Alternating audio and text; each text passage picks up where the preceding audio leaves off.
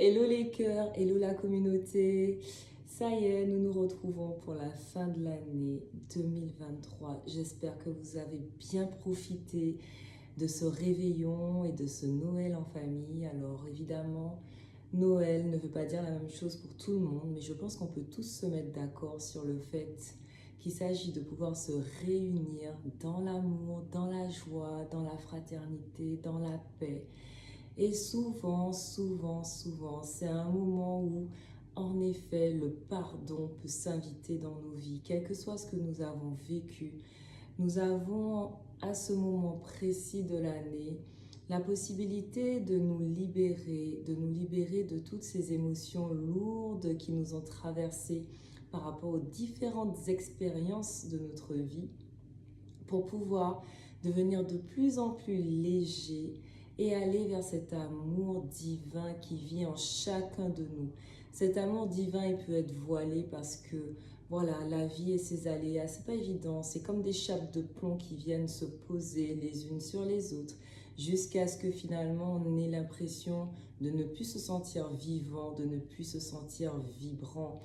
Il y a comme une impression d'être comme un mort-vivant. Donc l'invitation christique, l'invitation du Christ, qui est au-delà de toute forme de religion, on va parler en termes d'énergie, qui était une énergie qui est très subtile, très lumineuse, très élevée, qui quand elle nous traverse, qui quand elle se développe en nous, nous procure une sensation de faire partie d'un grand tout, nous procure une sensation de bien-être qui n'est plus éphémère mais qui est constamment présent en nous.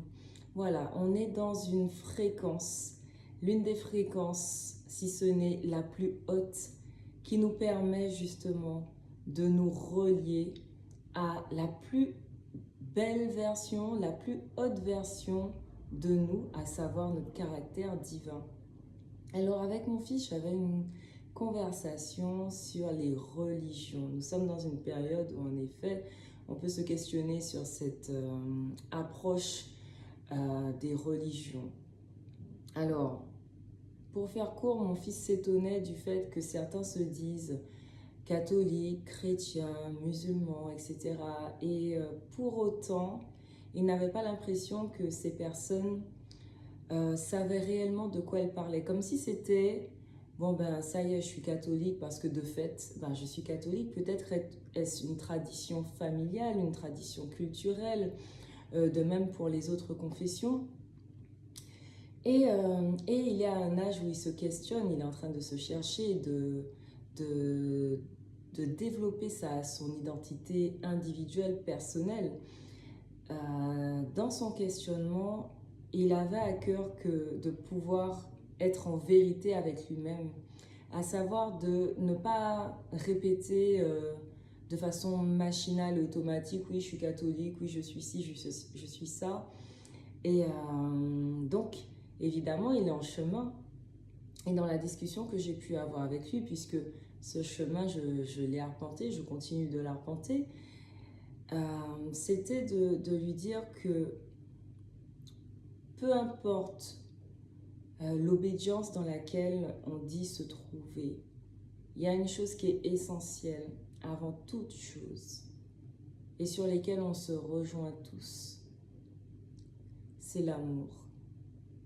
Je lui disais que, en fait, la religion était comme une forme de canevas, comme une forme de mode d'emploi pour aller vers justement cet amour inconditionnel, pour aller vers le bien vivre dans le bon sens, c'est-à-dire en faisant preuve de bon sens. Finalement, la chose est simple, la chose elle est naturelle. Si on observe la nature, on a aussi ce mode d'emploi.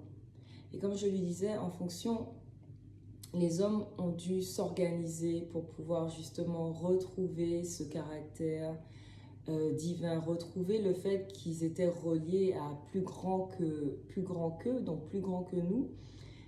Et pour ce faire, ils ont mis en place des rituels, ils ont mis en place une observation aussi de la nature, ils ont mis en place plein de choses en fonction de leur culture de là où ils étaient sur la planète. Et tout ça a coloré ce fameux mode d'emploi comme j'ai aimé à l'employer avec mon fils. Et ça a donné des formes de religion. Bon, malheureusement, nous connaissons l'histoire. Ces religions, elles ont été aussi parfois perverties dans leur mode d'emploi parce qu'elles ont servi des pouvoirs.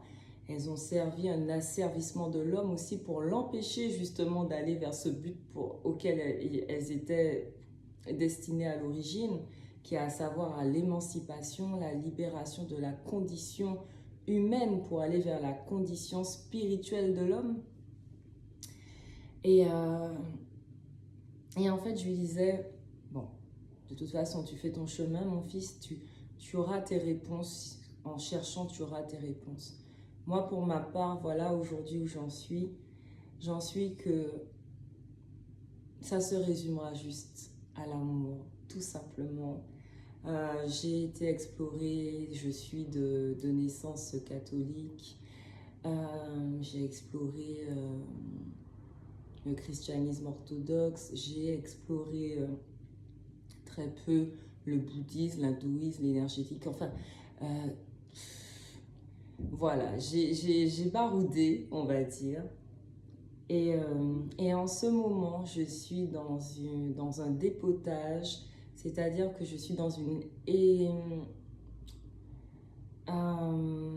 un dépouillement pour revenir à l'essentiel, qui est juste une question de bon sens.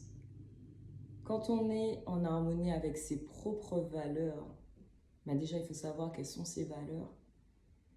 Et en fait, le bien vivre en découle avec soi-même et avec tout l'ensemble du vivant. Et finalement, la plus haute énergie s'émane de nous et vibre tout autour de nous. Et cette énergie, c'est l'amour. Alors, c'est pas simple, hein, parce que les temps sont vraiment complexes. Hein.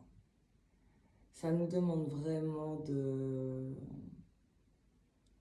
d'accepter que ce qui est, est. D'accepter aussi que ce qui doit se faire, se fait. Et d'accepter aussi que quoi qu'il en soit, le meilleur est pour nous. Voilà ce que j'avais envie de vous dire. Nourrissons notre foi en ce qu'il y a de meilleur. Voilà. Que ce soit matériel ou autre, peu importe, ce qui vous met en joie, ce qui vous fait vibrer, cultivons la joie. Le mantra de cette période de fin d'année pour moi est vraiment celui de cultiver la joie. Et je vous assure que ça semble si simple. Et pourtant, on est tellement dans des temps où on est en mode guerrier warrior et qu'on peut oublier qu'on peut être guerrier warrior, mais dans la joie. Dans une forme de paix aussi. Ça n'empêche pas d'être en colère, ça n'empêche pas d'accueillir toutes nos émotions, ça n'empêche pas d'être qui on est. S'accepter tel que l'on est, c'est très très important. Il ne s'agit pas de vivre la vie de quelqu'un d'autre, de paraître parfait, comme on voudrait que l'on soit dans le monde spirituel, enfin, tout ce que l'on entend, tout ce que l'on lit, on devrait être comme ci, on devrait faire comme ça, et stop. Soyons tels que nous sommes. Et maintenant, la façon dont nous sommes, si nous avons envie d'aller vers quelque chose de différent, d'expérimenter quelque chose de différent, ben faisons-le. Mais ça doit venir de nous, profondément de nous. Soyons nous-mêmes. Transmettons ça à nos enfants, parce que c'est assez compliqué pour eux en ce moment aussi. Et il y a tellement d'influences diverses et variées par les réseaux, par la télé, par tout ce que l'on veut.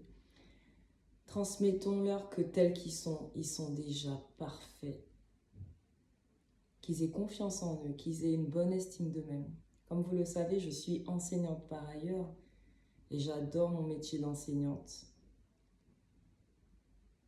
Dans son fond, parce qu'il s'agit de pouvoir accompagner des jeunes, bon là je suis sur un public adolescent, à vraiment croire en leurs rêves et à se donner les moyens d'y parvenir. Donc, si j'ai un souhait pour nous tous, c'est que l'on puisse vivre, réaliser nos rêves. Et attention, un rêve, c'est pas quelque chose d'extraordinaire. On n'a pas besoin d'aller sur la lune. Mais vraiment quelque chose qui nous tient à cœur, quelque chose qui fait que l'on vit vraiment la vie qui nous ressemble. Et ça nous met en joie. Et ça peut être très simple. C'est les conclusions auxquelles je suis parvenue ces derniers temps où j'étais un peu loin de vous, mais le cœur y était. Faisons avec ce qui est.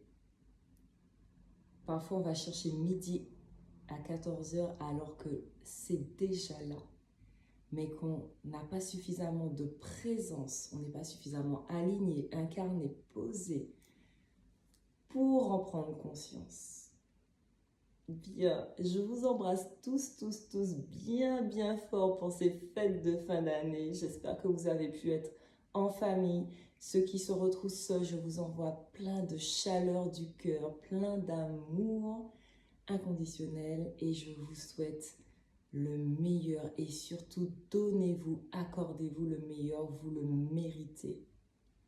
À très vite, je reviens très bientôt sur les réseaux avec d'autres contenus et surtout toujours plus de joie et d'amour à partager avec vous.